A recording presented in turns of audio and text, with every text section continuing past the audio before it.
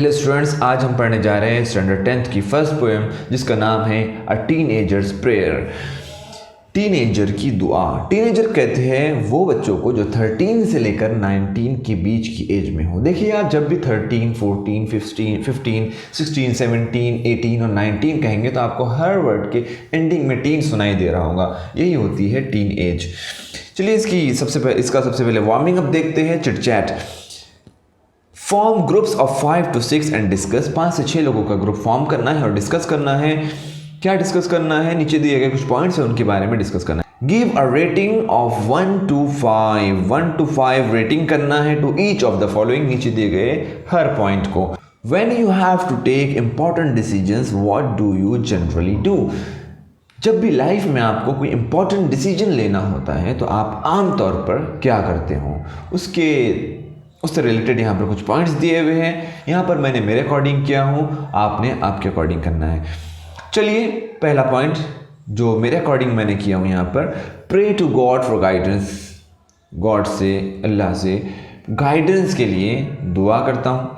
फिर think deeply in silence. Deeply जो भी आप प्रॉब्लम या फिर जिस भी चीज़ के बारे में, जो भी डिसीजन आप लेना चाह रहे हो उसके बारे में डीपली थिंक करना है, अच्छी तरह से सोचना समझना है।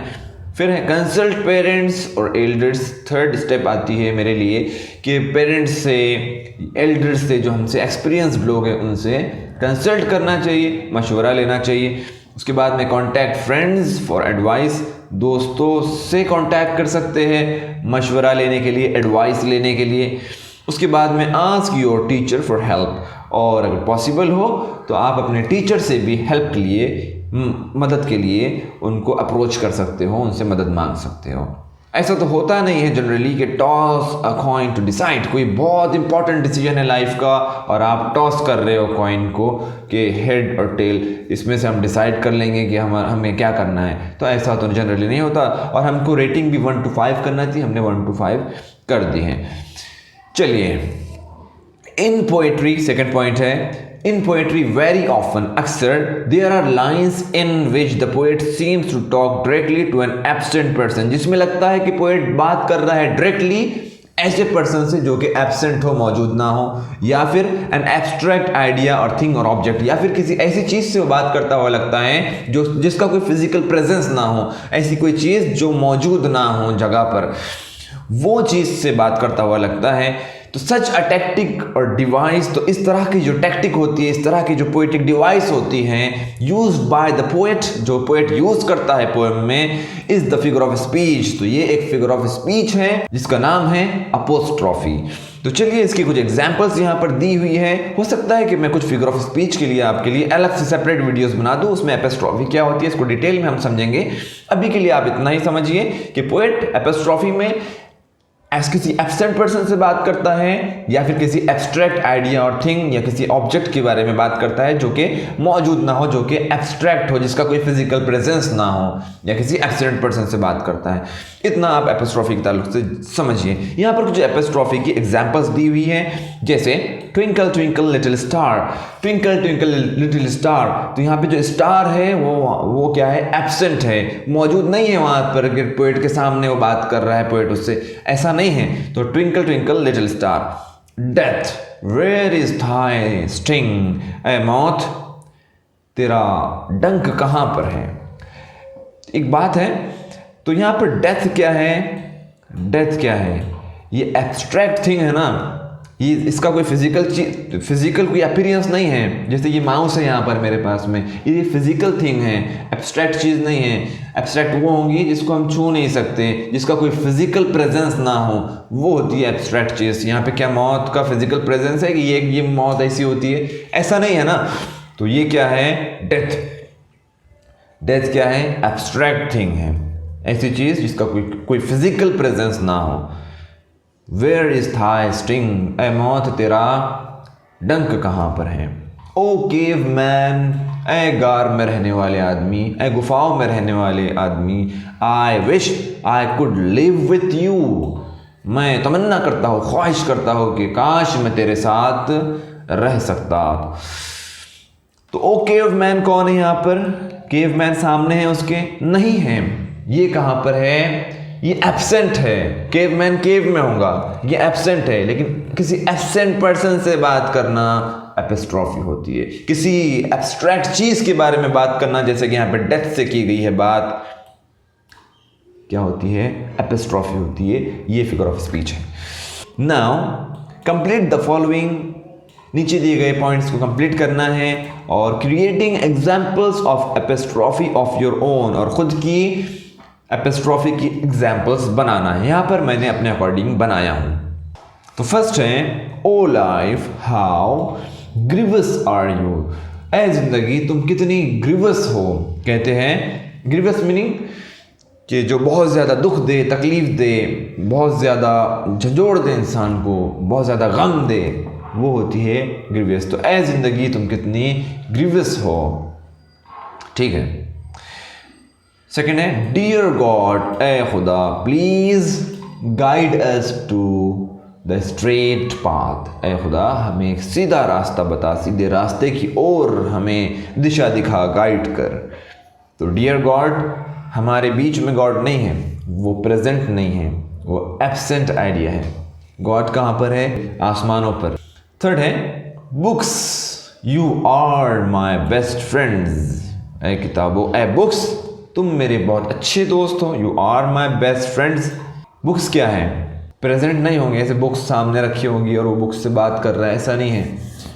बुक्स एब्सेंट आइडिया है यहाँ पर। एग्जाम्स, एग्जाम्स, आई विश, मैं तमन्ना करता हूँ, यू वर नेवर देयर, कि काश तुम होते ही ना, है ना। हर कोई तमन्ना करता है कि एग्जाम्स काश होते ही ना। ओ यू ब्यूटीफुल स्काई, ए beauty, by the way exams क्या है यहाँ पर? एग्जाम्स क्या है यहाँ पर? ये एब्सेंट है, एब्स्ट्रैक्ट आइडिया है ये। ठीक है। ओ यू ब्यूटीफुल स्काई हमारी एग्जाम्पल है। O you beautiful sky how magnificent are you, ए खूबसूरत आसमान तुम कितने मैग्निफिसेंट हो, कितने ग्रेट हो, कितने ब्राइट हो। इस तरह से ये हमारी एपिस्ट्रॉफी की एग्जाम्पल्स कंप्लीट होती हैं। आपको पता होना चाहिए कि एपिस्ट्रॉफी दो तरह की होती हैं। फर्स्ट टाइप वो कि जो अभी हमने फिगर ऑफ स्पीच देखा है, जिसमें पोएट किसी एब्सेंट पर्सन से डायरेक्टली बात करता है या किसी एब्स्ट्रैक्ट आइडिया और थिंग से वो डायरेक्टली बात करता है, तो ये एक एपिस्ट्रॉफी फिगर ऑफ स्पीच हो गई। और दूसरी एपिस्ट्रॉफी है जो कि हम एपिस्ट्रॉफी एस यूज़ करते हैं, जो आपने सुना होगा। तो एपिस्ट्रॉफी एस वगैरह यूज़ करते हैं पोजीशन दिखाने के लिए, किसी चीज़ पर अपना हक बताने के लिए, मालिकाना। तो ये दो तरह की एपिस्ट्रॉफीज होती है। हो सकता है मैं ये फिगर ऑफ स्पीच वाली एपिस्ट्रॉफी वर्सेस जो एपिस्ट्रॉफी मार्क होता है, इस पर कोई एक सेपरेट वीडियो बना दूँ आपकी आसानी के लिए। तो चलिए, यहाँ पर हमारा वार्मिंग अप कंप्लीट होता है। अब आते हैं एक्चुअल पोएम की तरफ। अ टीनेजर्स प्रेयर, अ टीनेजर्स प्रेयर। टीनेजर कौन है आपको पता है? 13 to 19 के बीच में जो जिनकी एज रहेंगी वो टीनेजर्स रहेंगे, उसकी ये प्रेयर है, a teenager's prayer. Each day brings new beginnings, हर दिन नई शुरुआतें लेकर आता है, हर दिन नई शुरुआतें लेकर आता है अपने साथ में। डिसीजंस आई मस्ट मेक, और हर नए आते हुए दिन के साथ में मुझे हर दिन कुछ नए फैसले करने होते हैं, हर दिन मुझे कुछ डिसीजंस करने होते हैं। I am the only one two choose, और मेरे ही इख्तियार में है, मैं ही हूँ वो जो चुनता है। क्या चुनता है?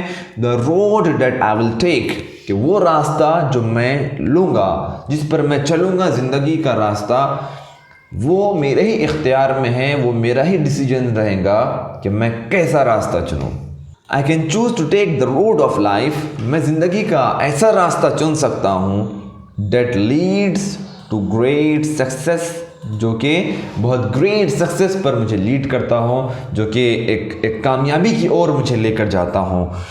और या फिर ट्रैवल डाउन द डार्कन्ड रोड, या फिर किसी अंधियारे रास्ते पर मैं ट्रैवल कर सकता हूँ, अपना सफ़र शुरू कर सकता हूँ ज़िंदगी का, जो कि कहाँ जाता हूँ? That leads to great distress, जो कि बहुत बड़ी तबाही, बहुत बड़ी परेशानी, बहुत बड़ी आफत मुसीबत की तरफ लेकर जाता हूँ। तो ये टोटली किसके हाथ में है? ये अपने हाथ में। हर दिन अपने साथ में जो नई शुरुआत लेकर आता है, और हर दिन हमें जो फैसले करने होते हैं कि हम जिंदगी में कौन सा रास्ता चुनें, तो वो डिसीजन लेना हमारे ही हाथ में होता है। अगर हम अच्छा रास्ता चुनेंगे तो लाइफ अच्छी होंगी, सक्सेसफुल बनेंगी। अगर हम बुरा रास्ता चुनेंगे तो लाइफ बुरी बनेगी, परेशानियों से भरी बनेगी, डिस्ट्रेसफुल बनेगी। Please open up my eyes dear Lord. यहाँ पर टीनेजर दुआ कर रहा है खुदा से, कह रहे हैं please open up my eyes dear Lord. ए खुदा मेरी आंखें खोल दीजिए, मुझे इस काबिल बना दीजिए, मुझे एबिलिटी दीजिए कि मैं देख सकूँ चीज़ों को साफ तौर से, that I might clearly see, ताकि मैं साफ तौर से देख सकूँ, समझ सकूँ दुनिया को, समझ सकूँ चीज़ों को, ताकि मैं डिसीजंस आसानी से ले सकूँ। Help me stand for what is right. मेरी मदद करो ए खुदा सच्चाई की तरफ से, राइट चीज़ों की तरफ से खड़े रहने के लिए। Bring out the best in me, और जो अच्छाइयाँ मुझ में हैं उनको उभारो ए खुदा, मेरे अंदर छुपी हुई अच्छाइयों को बाहर निकालो ताकि मैं उससे जो है तो फ़ायदा पहुँचा सकूँ। हेल्प लॉर्ड, हेल्प, मदद करो लॉर्ड खुदा, टू जस्ट से नो, ना कहने में मेरी मदद करो। किन चीज़ों को ना कहने की बात हो रही है? When temptations comes my way, जब temptations, बुरे काम करने की जब इच्छाएं मेरे रास्ते में आए, जब बुरी चीज़ें मुझे ललचाए इस ज़िंदगी के रास्ते में, तो उन चीज़ों को ना कहने में मेरी मदद करो। Help Lord to just say no, ना कहने में मेरी मदद करो। When temptations comes my way, जब लालच, जब जो है तो टेम्पटेशंस जब मेरे रास्ते में आए तो उसको ना कहने में मेरी मदद करो। That I might keep my body clean, ताकि मैं अपनी बॉडी को क्लीन, साफ सुथरा रख सकूँ। And fit for life each day, और अपनी ज़िंदगी के हर दिन के लिए, हर दिन आने वाली नई चुनौतियों के लिए अपनी बॉडी को मैं फिट रख सकूँ। When, जब माई टीनेज ईयर्स आर ओवर, जब मेरे टीनेज ईयर्स ख़त्म हो जाएंगे, 13 से 19 का जो मेरा टाइम बीत जाएगा, आई नो, तो मैं जानता हूँ, डेट आई विल सी, कि मैं देखूँगा that life is lived it's very best, कि जो ज़िंदगी मैंने जिया हूँ, वो बहुत अच्छे से जिया हूँ, बहुत बेस्ट वे में जिया हूँ। जो मेरी टीनेज गुजरी हैं वो बेस्ट गुजरी हैं। With you walking next to me, with you, तुम्हारे साथ, तुम्हारी रहनुमाई में, तुम्हारे गाइडेंस में जो मेरी ज़िंदगी, जो टीनेज मेरी गुजरी है वो बहुत ही अच्छी तरह से गुजरी है। With you walking next to me, बिल्कुल इस तरह से गुजरी है। तेरी गाइडेंस मेरे लिए इस तरह से थी जैसे कि तू ही मेरे साथ में चल रहा था, तू ही खुद मेरे साथ में चल रहा था गाइडेंस करने के लिए। तो इस तरह से मेरी लाइफ गुजरी है। ये पोएम लिखी है जे मोर्स ने। तो आई होप कि आपको ये पोएम समझ आई होंगी, बहुत सारी चीज़ें क्लियर हुई होंगी। अगर आपको ये पोएम में कोई डिफ़िकल्टी लगती है तो आप मुझे कमेंट बॉक्स में ज़रूर पूछ सकते हो। व्हाट्सएप नंबर भी मैं प्रोवाइड कर दूंगा, वहाँ पर भी आप मुझसे पर्सनली क्वेश्चंस पूछ सकते हो। अगर इसमें कोई आपको डिफ़िकल्टी लगे आप मुझे फीडबैक भी वहीं पर ही दे सकते हो। तो चलिए फिर आज का वीडियो यहाँ पर रोकते हैं, फिर मिलेंगे एक नए वीडियो में। तब तक के लिए अपना ख्याल रखिए। वीडियो देखने के लिए बहुत बहुत शुक्रिया।